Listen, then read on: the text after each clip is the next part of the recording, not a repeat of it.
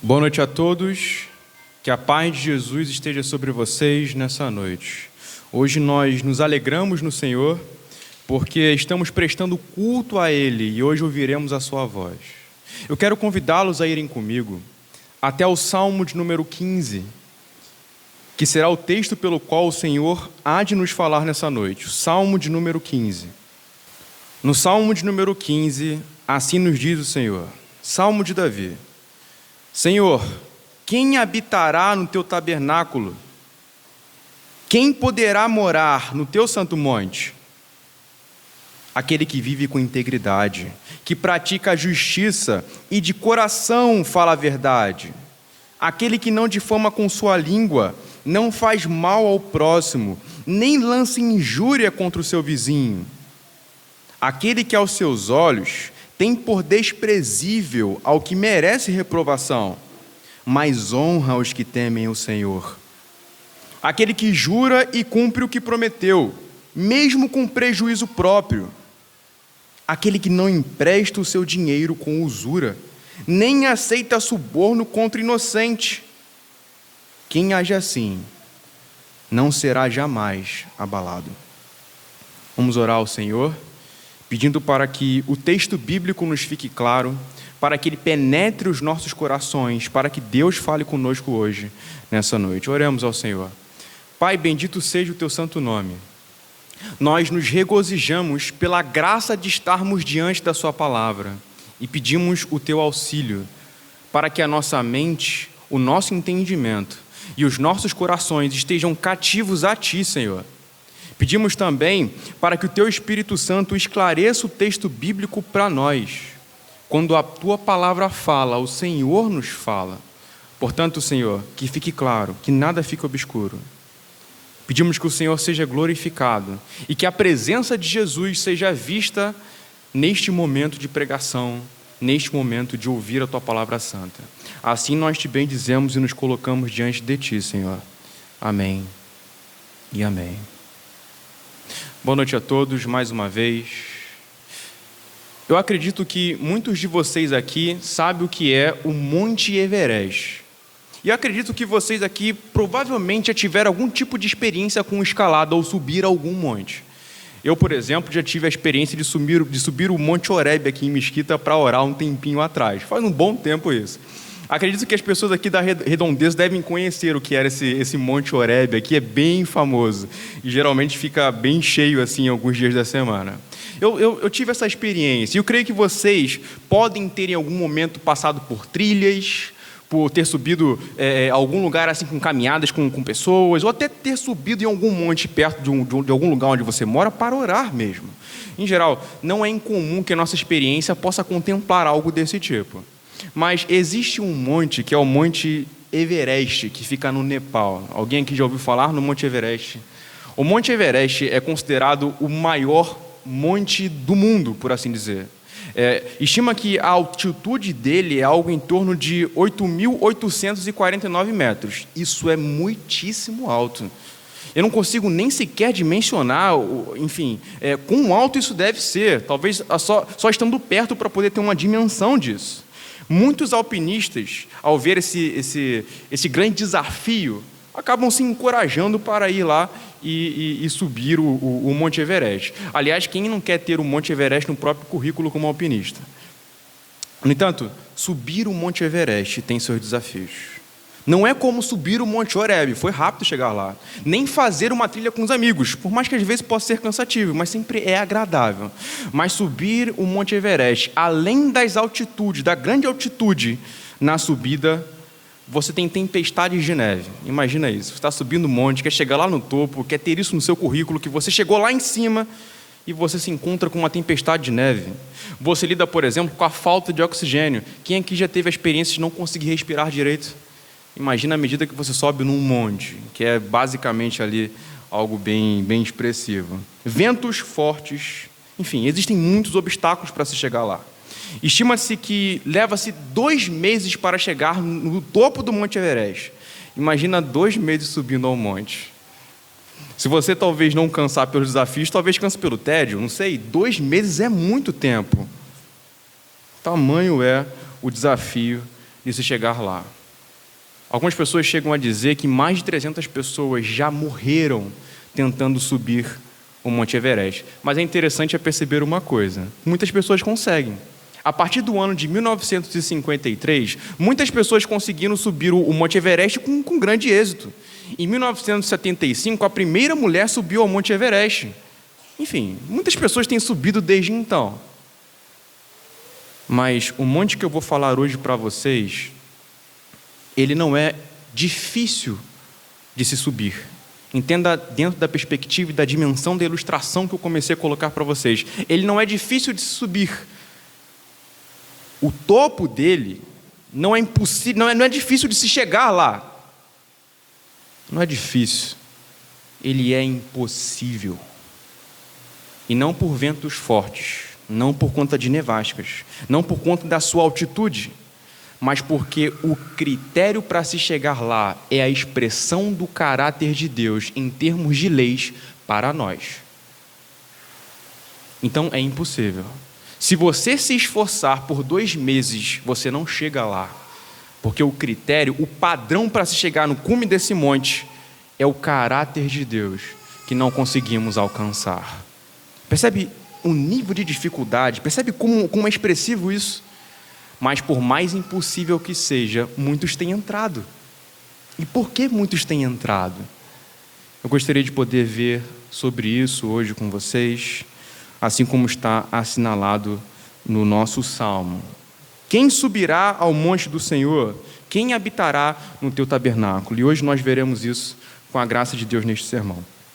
Nós vamos ter 2 pontos de apreciação. O primeiro ponto será acerca da habitação de Deus e o segundo ponto acerca dos requisitos. E é importante que a gente possa entender o que significa o tabernáculo e o monte para que a gente saiba aonde o salmista quer chegar aqui. De certa forma, o salmista pressupunha que os seus leitores originais entendessem o que era esse monte, o que era esse tabernáculo, mas não necessariamente nós não entendemos por não estarmos naquele contexto. Então, nosso primeiro ponto visa contextualizar doutrinariamente o significado tanto deste monte como também deste tabernáculo. O que nós geralmente imaginamos, e aqui já adentrando no nosso primeiro ponto, acerca do tabernáculo de Deus? Algumas coisas podem vir à sua mente. Talvez você imagine um sacerdote com vestes sagradas, correto? É assim que o Antigo Testamento, inclusive, chega a descrever. Ou então pessoas em procissão levando cordeiros, levando animais para serem mortos lá, para serem sacrificados e depois queimados pelo sacerdote. Enfim, pode ser que você imagine um tabernáculo daqueles bem rudimentares, feito de madeiras, com alguns véis assim sobre eles. Ok? Isso geralmente nos vem à mente. Mas o que o texto tende a contextualizar para nós, o livro de Salmos como um todo, o Antigo Testamento, traz uma profundidade que vai para além das meras aparências. Não é apenas aquilo que se vê nas vestes dos sacerdotes, ou aquilo que se imagina nas madeiras e nos véis ali, ou nas cortinas cobrindo o tabernáculo. Tem muito mais coisas para se penetrar em termos de significado. E eu gostaria de poder lidar com isso com vocês nesse primeiro ponto. Quando nós observamos o primeiro verso, você vai ver 2 perguntas acontecendo aqui, certo? Então o texto vai dizer: Senhor, quem habitará no teu tabernáculo? Quem poderá morar no teu santo monte? Apesar de tabernáculo e santo monte serem elementos diferentes um do outro aqui, o significado que o autor deste salmo, que é o salmista Davi, quer dar é exatamente o mesmo. É como se essas 2 perguntas fossem uma única pergunta. Por isso, eu gostaria que nós pudéssemos entender que tabernáculo e santo monte aqui são exatamente a mesma coisa na compreensão do salmista. E ambos têm esse quê sagrado da própria presença e manifestação de Deus, como nós veremos. Existem 3 coisas sobre o tabernáculo e o monte do Senhor que precisa penetrar o nosso entendimento e o nosso coração hoje, para que a gente saiba aonde Deus está habitando aqui no texto. Essas 3 coisas são o culto, a presença e o reino, ok? O tabernáculo no Antigo Testamento e o Monte Sião, como é descrito aqui no texto, eles têm predominantemente esses 3 significados, ok? Primeiro, acerca do culto ao Senhor, depois da presença de Deus e então do reino. Em termos de culto ao Senhor, no Salmo de número 122, do verso 1 ao versículo 5, nos é dito o seguinte, como está ali: alegrei-me quando me disseram, vamos à casa do Senhor. E a casa do Senhor aqui entenda como templo, como a dimensão aqui do tabernáculo. Pararam os nossos pés junto às suas portas, ó Jerusalém. Jerusalém, você que está construída como uma cidade bem sólida, para onde sobem as tribos do Senhor, como convém a Israel, para renderem graças ao nome do Senhor. Lá estão os tronos de justiça, os tronos da casa de Davi. A imagem de Sião, a imagem do tabernáculo, evocam a ideia de ir para adorar e ir para cultuar. E imaginem o seguinte: as tribos do Senhor vindo em procissão, espalhada por diversos lugares, as 12 tribos, vindo em procissão, caminhando juntos, enfileirados, até chegar na casa do Senhor, no tabernáculo, que é cercado pelos montes Sião, que é descrito aqui pelo texto.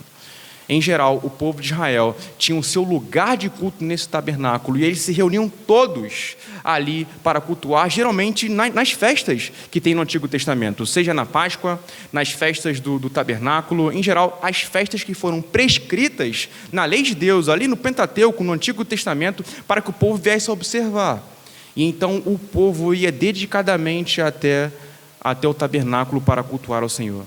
Portanto, quando o texto fala sobre o tabernáculo e o monte, ele nos convoca a pensar sobre culto. E culto é o que você está fazendo hoje aqui, certo? Mas você já parou para pensar se você tem, ou eu tenho também, porque eu me incluo nisso, se temos a dignidade necessária para hoje virmos aqui para cultuar o Senhor? Porque o tipo de pergunta que Davi está fazendo aqui, quem habitará no tabernáculo ou quem pode estar no seu santo monte, tem por objetivo tocar nas consciências, ferir nas consciências de quem está em procissão, subindo até a casa do Senhor. Então é como se este salmo pudesse habitar junto ao povo de Israel, pensando da seguinte maneira: ok, nós estamos aqui para poder cumprir com o que a lei de Deus diz sobre o culto, vamos aqui para celebrar a Páscoa, mas nós podemos habitar no tabernáculo do Senhor e subir no teu santo monte. Era o tipo de indagação que via a mente ao lidar com a ida até o tabernáculo. Portanto, precisamos, em primeiro lugar, pensar em termos de culto, que é o que fazemos aqui. Nós temos os predicados e as características de quem pode e está habilitado por Deus a cultuar.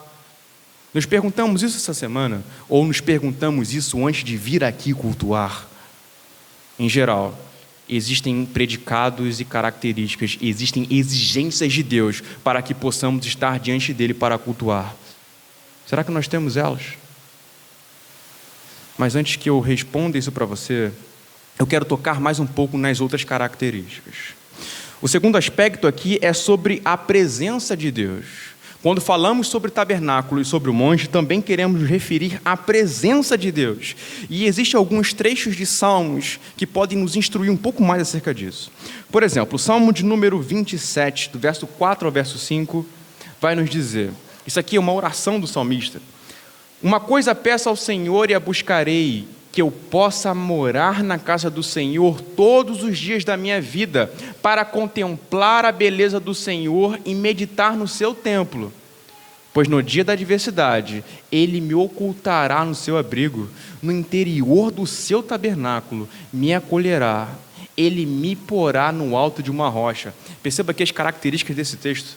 Quando ele se propõe a contemplar a Deus, ou seja, enxergar a Deus e ficar admirado com o próprio Senhor, para onde ele vai? Ele vai para o tabernáculo.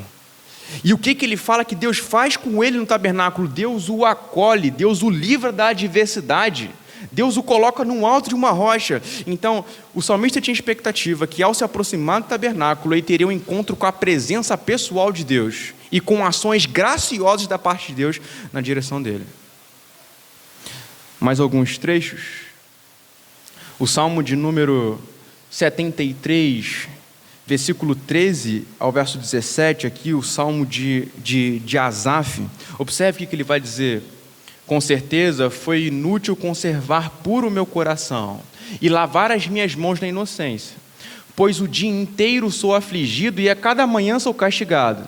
Se eu tivesse pensado em falar tais palavras, já aí teria traído a geração de teus filhos. Ó Deus, em só refletir para compreender isso, achei que a tarefa era pesada demais para mim, até que entrei no santuário de Deus e descobri qual seria o fim deles. Asaf aqui estava confuso porque ele cobiçava aquilo que os ímpios tinham, a prosperidade dos ímpios. Ele queria isso para si também, mas não conseguia, por mais que ele vivesse uma vida, ou procurasse uma vida de retidão. Ele não tinha isso, mas os ímpios que viviam cada vez de mal a pior, viviam uma vida pervertida, prosperavam.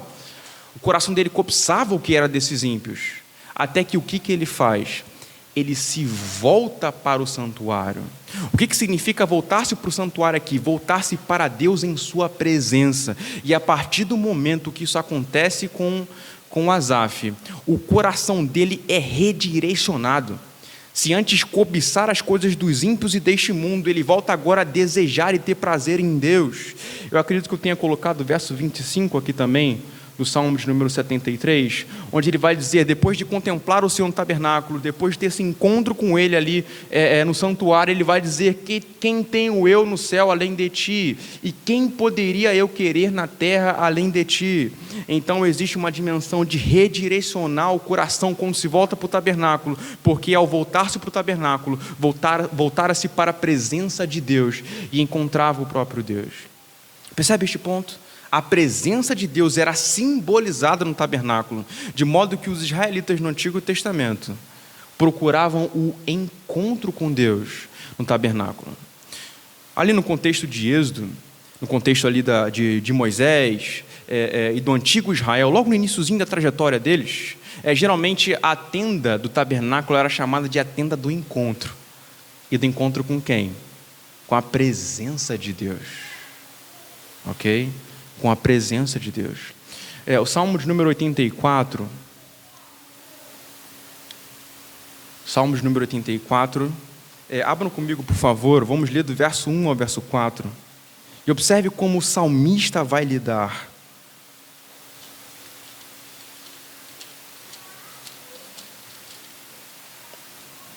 Com o tabernáculo do Senhor.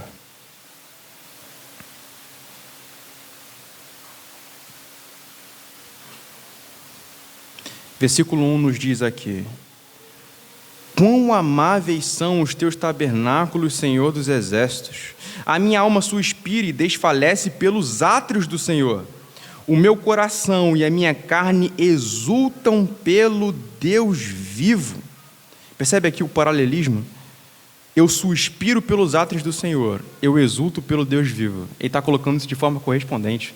Ou seja, suspirar pelo tabernáculo e pelos átrios do Senhor, pelo altar do Senhor, é equivalente a suspirar pela presença de Deus. O pardal encontrou casa e andorinha ninho para si, onde acolhe os seus filhotes, perto dos teus altares, Senhor dos exércitos, Rei meu e Deus meu. Bem-aventurados que habitam em tua casa, louvam-te perpetuamente. Então aqui o salmista coloca a dimensão de encontrar-se com Deus no santuário como a ideia de contemplar e apreciar. Eu desfruto da presença de Deus e anseio ainda mais por Ele quando eu estou nos seus tabernáculos. Consegue perceber aqui? Então, falamos agora de culto e agora falamos acerca de presença de Deus. É isso que o tabernáculo quer evocar para nós. Mas, além desses aspectos, no Salmo de número 2, verso 6, e foi um salmo pregado aqui algumas semanas atrás, semana passada, observe que o Salmo de número 2, verso 6 diz: eu constituí o meu rei sobre o meu santo monte Sião. E é o aspecto do reino que eu havia mencionado para vocês. O que o texto quer dizer aqui? Além de representar o culto e a presença de Deus, o monte Sião tendia a representar também o governo régio de Deus.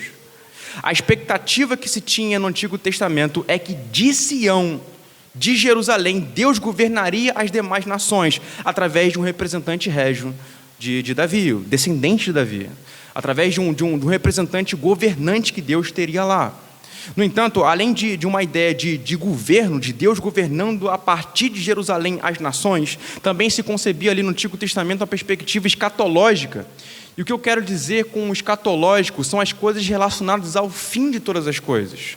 O que o Antigo Testamento constantemente anunciava acerca de Sião e do tabernáculo é que dali Deus traria um juízo para as nações, tanto salvando aqueles que tinham abraçado a aliança, quanto punindo aqueles que rejeitaram o pacto e a lei de Deus.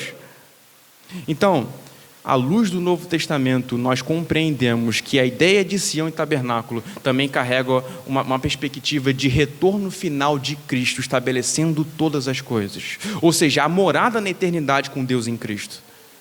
Percebe o quadro que a gente pintou aqui? Poder cultuar ao Senhor, acesso à presença pessoal de Deus e também o governo definitivo e final de Deus, pelo qual Ele vai trazer os santos para si e rejeitar os ímpios. Aí a pergunta que eu faço para nós é o seguinte: nós somos dignos e temos os predicados para cultuar o Senhor? Podemos fazer isso? Nós temos os predicados para entrar na presença de Deus e assim apreciá-lo de acordo com a sua beleza? Nós temos as características que nos recomendam habitar com Deus eternamente nos céus? Essa é basicamente a pergunta do salmista aqui. Nós podemos desfrutar de todas essas coisas conforme o salmista acabou de declarar para nós? Gostaria que nós pudéssemos agora, no nosso segundo ponto, nos observar à luz das características aqui assinaladas. No verso 2 do capítulo 15 de Salmos, como você pode ver aí na sua Bíblia, o texto vai dizer o seguinte: aquele que vive com integridade e que pratica a justiça. Se vocês observarem, essas características aqui são relacionadas até mesmo ao livro de Jó, ao servo de Deus Jó. Ele era um homem íntegro e reto, ou seja, um homem íntegro e justo. E por conta disso, no texto de Jó, estava sob a estima de Deus. Então, aquele que vive com integridade e que pratica a justiça, o que seria viver com integridade e praticar a justiça? Viver com integridade é viver uma vida inteiramente irrepreensível nos caminhos de Deus. Uma vida integrada nos caminhos de Deus, de acordo com o seu projeto de justiça e o seu projeto de santidade. Isso que seria ter uma vida íntegra, uma vida inteira para Deus. Ok? Onde todas as esferas da vida, todos os aspectos da existência se submetem ao caráter dele. E aqui a ideia de justiça é o compromisso de fazer e se envolver com aquilo que é reto. É o compromisso de zelar por aquilo que é correto, independente das circunstâncias, sem flexibilizar. Alguns comentaristas geralmente costumam dizer que integridade e justiça aqui são algo pensado em referência a Deus. Ou seja, essas primeiras prerrogativas seriam aquilo que o homem deveria pensar no seu compromisso com o próprio Senhor. Ele deve ser íntegro e ele deve viver uma vida de retidão e justiça. Enquanto as demais características diz respeito aos relacionamentos que cultivamos com as pessoas. E eu quero que você possa se analisar nessas coisas. Nós somos pessoas que inteiramente vivemos para Deus. Nós somos pessoas que procuram a retidão em todas as circunstâncias, sem vacilar, tendo um compromisso irrepreensível com a lei de Deus. É esse tipo de exigência que nos está sendo cobrado aqui para subir ao monte do Senhor. De coração, fala a verdade. E aqui já algo relacionado ao próximo, como já assinalamos. Ou seja, é alguém que vai falar a verdade, ou seja, sem mentir ou sem omitir, ainda que tome prejuízo por conta disso. Mas observe que o texto vai falar não apenas fala a verdade, mas que o faz de coração. Existem muitas coisas que geralmente dizemos, por mais boas que sejam, que não são de coração. Pense, por exemplo, na bajulação, que é quando ressaltamos características boas em alguém, louvamos pessoas por isso ou aquilo, mas não são louvores e falas sinceras em relação àquela pessoa. Ressaltamos algum tipo de dignidade, ou então, enfim, referenciamos, mas o nosso coração não está sendo reto com aquela pessoa, não há um compromisso com a verdade ali. Esse tipo de coisa já compromete o que seria falar a verdade de coração, que não é apenas falar a verdade, mas um compromisso de coração de falar aquilo que é verdadeiro. Indo um pouco mais à frente, aquele que não difama com a sua língua, não faz mal ao próximo, nem lança injúria contra o seu vizinho. Essas três características estão intimamente relacionadas umas com as outras. E eu poderia definir que essas características diz respeito à preocupação com a reputação da outra pessoa. Não difama com a sua língua, ou seja, não fala obscenidades sobre outras pessoas, nem inventa histórias mentirosas sobre outras pessoas, e também não injuria, ou seja, não comete injúria contra o seu vizinho. Nesse caso aqui, o cometer injúria seria literalmente falar coisas vergonhosas sobre aquele que está próximo a você.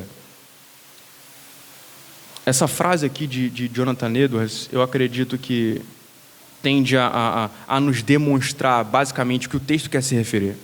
Jonathan Edwards, em uma das suas resoluções, que são compromissos que ele assinalou consigo mesmo em sua vida, ele vai dizer o seguinte: resolvi nunca falar mal de ninguém, de modo que isso tenda para a sua desonra, mais ou menos, sob nenhum aspecto, exceto para algum bem real. Ou seja, qual era o compromisso que Jonathan Edwards tinha aqui e caracteriza bem o significado desses textos que nós lemos. Não falar algo que traga desonra ao seu próximo. Isso é difamar, e isso é trazer injúria ao mesmo tempo. Ok? No seu cotidiano, seja por qual razão seja, isso já aconteceu em algum momento? Nós geralmente às vezes fazemos isso como falas despretensiosas. Ok? E até mesmo chamamos às vezes de compartilhar motivos de oração. Já ouviu esse tipo de expressão? Quando se fala em coisas assim? Então vamos lá. Nós ressaltamos diversas coisas boas em alguém e falamos de algo muito ruim, só para poder amaciar o discurso, não parecer que somos maus. Mas isso é pecado, isso é perverso diante de Deus. Independente do tipo de discurso ou enfim, do tipo de trajetória de fala que você está tendo para poder afirmar aquilo. Mas falar mal do seu próximo é pecado. E Deus odeia isso. Aquele que aos seus olhos tem por desprezível ao que merece reprovação, mas honra os que temem o Senhor. O trecho ressalta aqui os olhos, ou seja, o modo como se vê, o modo como se enxerga as pessoas. Em geral, o que ele vai dizer é que quanto àqueles que são ímpios, e não honra a Deus, não querem compromisso com Ele, o homem que sobe aqui ao tabernáculo e ao monte do Senhor, ele vê como de fato é, alguém que não é digno de honra nesses termos. Eu sei que pode parecer pesado colocar nessa forma, mas é o que o texto está dizendo. Ou seja, ele não toma por referência positiva pessoas ímpias que desconstrói os significados da palavra de Deus e do caráter de Deus também. Percebe isso? É o modo como se olha, o modo como se enxerga. E, por outro lado, toma por referência aqueles que vivem de forma piedosa. Ou seja, imitam essas pessoas, honram essas pessoas, falam da reputação delas, se espelham nelas, se inspiram nelas. Quando, ao invés de nos espelharmos e inspirarmos nos santos, nós fazemos isso com os ímpios, é porque o nosso olhar não está partindo do ponto de vista da palavra de Deus e do caráter de Deus, e então está incorreto. De acordo com esse texto, isso nos desqualifica para estar na presença de Deus e no reino de Deus. Indo um pouco mais para frente, aquele que jura e cumpre o que prometeu, mesmo com prejuízo próprio. Não há promessas ao vento aqui. E aqui eu vou tentar ilustrar para que isso possa nos ajudar. Digamos que você tenha assinalado um compromisso com alguém, ok? Você assinalou um compromisso com alguém, enfim, ficou de, seja encontrar ou fazer algo regular com certa pessoa. Então, digamos que o seu tempo fique um pouco mais apertado. Isso geralmente acontece na nossa rotina. Mesmo que fique prejudicial a você dar tempo regular a essa pessoa que você assinalou algum tipo de compromisso, você deve fazer, ainda que isso te aperte, ainda que isso geralmente venha fazer dormir mais tarde e ter mais cansaço por conta disso, porque em geral, as promessas dadas, de acordo com esse texto, devem ser cumpridas, ainda que sejam difíceis de fazê-lo, é o que o texto quer dizer. É claro que muitos outros exemplos podem ser dados em relação a isso. Como, por exemplo, quando no contexto familiar, pais dizem que mudar tempo a sua família e não fazem. Ou então, quando, enfim, no contexto universitário, nós nos comprometemos a auxiliar alguém no estudo e não fazemos. Em geral, nós devemos nos comprometer e ir até o fim daquilo que nós nos comprometemos. Levar a palavra até o final, por mais que isso traga prejuízo pessoal. É o que o texto está nos dizendo. Aquele que não empresta o seu dinheiro com usura, nem aceita suborno contra o inocente. O que seria emprestar o seu dinheiro com usura? É emprestar para lucrar em relação ao seu próximo. Então, alguém da sua comunidade, alguém do seu contexto de família, você empresta um valor, querendo um valor maior depois. Ok? Isso para o pobre, para aquele que não tem condição de fazê-lo, de devolver e retornar a essa altura. E não aceita suborno contra o inocente. Isso aqui é um pouco mais claro para a nossa compreensão, mas, em geral, o que o texto está dizendo para nós é para que nós não venhamos lucrar de forma indevida sobre o pobre, sobre o desvalido, sobre o oprimido, que isso é pecado de acordo com a palavra de Deus. Isso é injustiça e desqualifica alguém para as moradas eternas do Senhor. Você consegue pensar nessas coisas ditas ali e se ver falhando em algumas delas, seja no falar a verdade, seja no difamar alguém com a língua, seja, enfim, ter um olhar incorreto quando lida com as pessoas? Você se encaixa em algum desses pecados, porque eu me encaixo e eu me vejo em muitos desses pecados. E o que isso significa? Que isso me desqualifica para estar na morada santa do Senhor. É o que o texto está nos dizendo. É como se, ao falar sobre essas coisas, eu pregasse para a minha própria condenação. Entende isso? Nós não estamos qualificados para chegar lá. Se o Senhor bradasse do céu da seguinte forma: quem poderá habitar no teu tabernáculo? Quem poderá morar no meu santo monte? Meu tabernáculo, meu santo monte. Se o Senhor bradasse assim no céu, de modo que toda a terra ouvisse, ele ouviria um silêncio, porque ninguém pode, ao Senhor clamar e convidar pessoas para ir ao seu santo monte. Ninguém está qualificado para vir. Nem eu, nem vocês. Portanto, um sonoro ninguém seria o que ouviríamos. Ou uma espécie de silêncio ensurdecedor. Mas nós terminamos então sem esperança ao contemplar essas coisas, ao ver que nós não temos os requisitos aqui, as prerrogativas para poder chegar lá. Eu quero convidá-los até o Salmo de número 24. E aqui está o ponto de esperança, que faz com que não terminemos perdidos em relação a tudo isso. O Salmo de número 24. Nós vamos ler do verso 3 ao verso 10 aqui. Quem subirá ao monte do Senhor e quem há de permanecer no seu santo lugar? Perceba que é a mesma pergunta aqui. É a mesma pergunta que abre o Salmo de número 15. O que é limpo de mãos e puro de coração, que não entrega a sua alma à falsidade, nem faz juramentos com a intenção de enganar.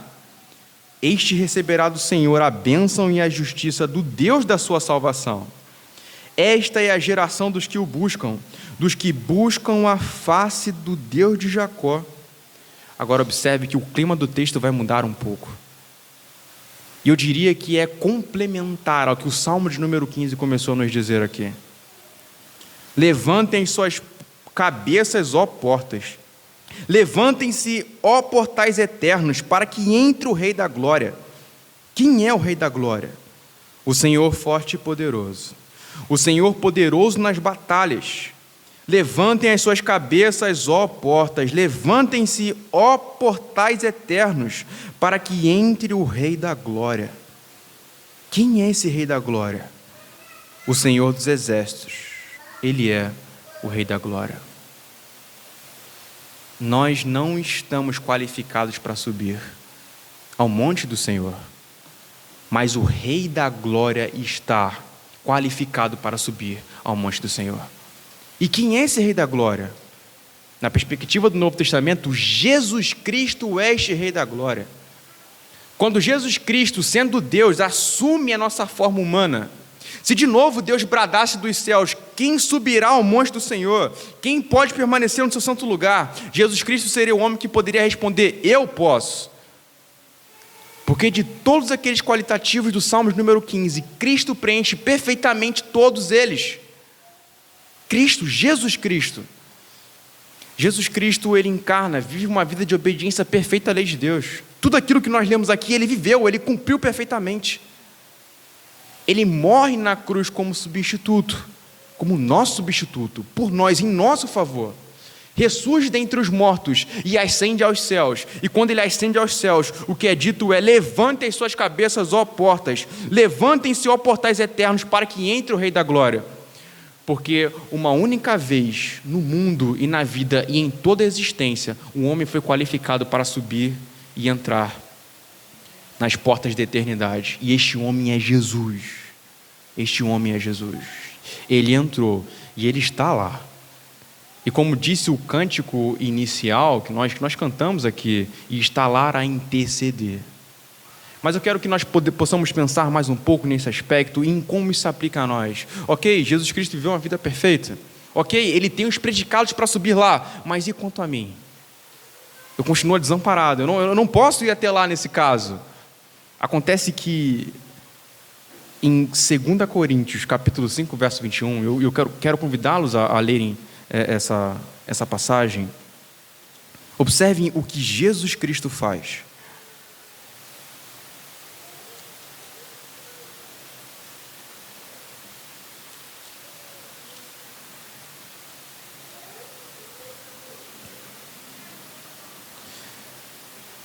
Aquele que não conheceu o pecado, ou seja, de coração ele falava a verdade, era íntegro, justo, não difamava ninguém, não tinha injúria nos seus lábios, nem nada disso, ok? Não conheceu o pecado, não cometeu nenhum pecado, é isso que significa não conhecer o pecado. Deus o fez pecado por nós, para que nele fôssemos feitos justiça de Deus. Percebe o caráter da substituição da obra de Cristo? Ele não cometeu nenhum pecado, mas foi punido em nosso lugar como um malfeitor, para que os seus méritos de justo fossem imputados a nós, creditados a nós, colocados sobre nós, apenas por crer. Então é como se todos os qualitativos que apenas Jesus Cristo tem para poder subir ao monte do Senhor, nos fossem dados apenas em crer em Jesus, não porque conquistamos isso. Se hoje nós olharmos para Cristo e colocarmos a nossa fé nele, nos arrependermos dos nossos pecados, o que ele tem a nos dizer é o seguinte: vem, suba ao monte do Senhor, vem e adentre ao tabernáculo, porque eu cumpri o que você descumpriu, eu abri a porta que você fechou, e em mim você pode encontrar salvação. Toda a justiça e toda a retidão descrita no Salmo de número 15 pertence àqueles que confessam a Jesus Cristo como Senhor e Salvador, apesar de não terem feito nada para poder merecer isso. É como se o Senhor pudesse dizer para você: quando eu olho para vocês, eu vejo alguém que não difamou com a língua, que de coração fala a verdade, que é íntegro e justo, mas não por mérito ou esforço, porque eu vejo o meu filho em vocês. Basta que venhamos a crer em Jesus e confessá-lo como nosso Salvador, nos arrepender dos nossos pecados e nos voltar para Ele, de acordo com a obra do Espírito Santo. Qual é a esperança que nós temos, então, de poder cultuar mesmo não sendo dignos? De poder estar na presença de Deus e apreciar a presença de Deus como salmista, de pertencer e adentrar o seu reino e ser redimido na consumação desse reino. Qual é a nossa esperança? É Cristo. Ele é este homem. Ele pode, e porque Ele pode, agora nós podemos.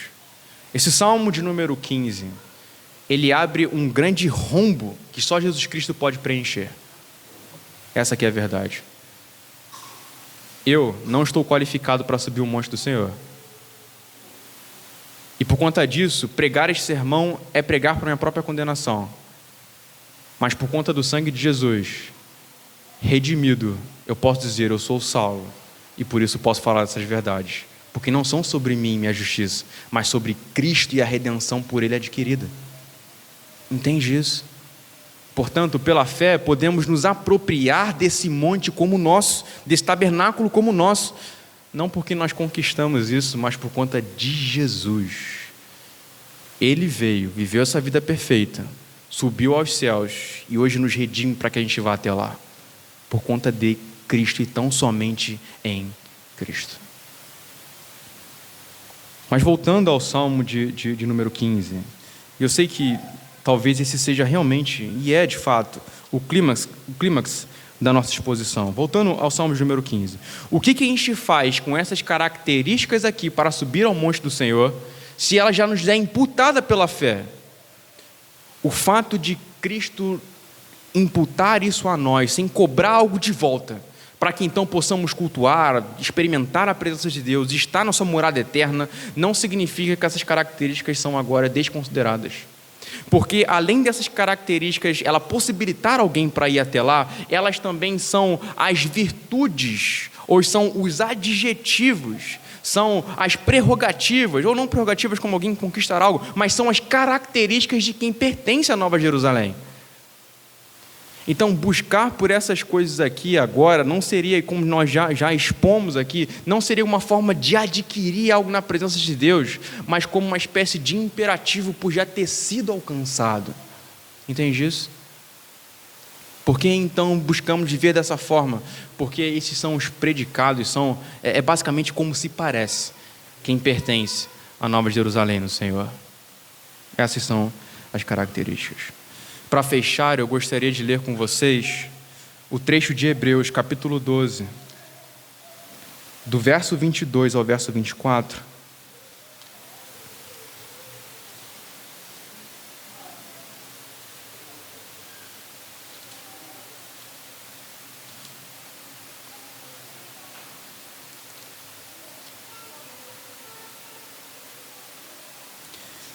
E observe o que é dito sobre o povo de Deus, sobre aqueles que estão em Cristo e carregam a sua justiça sobre si. Pelo contrário, vocês chegaram ao Monte Sião e à cidade do Deus vivo, a Jerusalém celestial e a milhares de anjos. Vocês chegaram à assembleia festiva, à igreja dos primogênitos arrolado nos céus. Vocês chegaram a Deus, o juiz de todos, e aos espíritos dos justos aperfeiçoados, e a Jesus, o mediador da nova aliança, e ao sangue da aspersão, que fala melhor do que o sangue de Abel. Então temos culto, temos presença, temos moradas eternas, por conta daquilo que Cristo conquistou, e que possamos viver de acordo com essas características, não para ser salvos, não para chegar lá, mas porque chegamos e somos cidadãos desse lugar. Eu quero orar com você neste momento, a fim de que a gente encerre essa pregação, e para que o Senhor aplique essas palavras em nossos corações. Pai, nós oramos a Ti no nome de Jesus. Nós Te agradecemos pelo privilégio de ir até a Tua presença, de poder cultuar ao Senhor, e pela esperança e a promessa de vida eterna. E Te agradecemos ainda mais, porque por mais que não pudéssemos adquirir isso, o Senhor nos deu. E nos deu em Cristo, naquilo que Cristo fez, Senhor, de maneira inteiramente gratuita.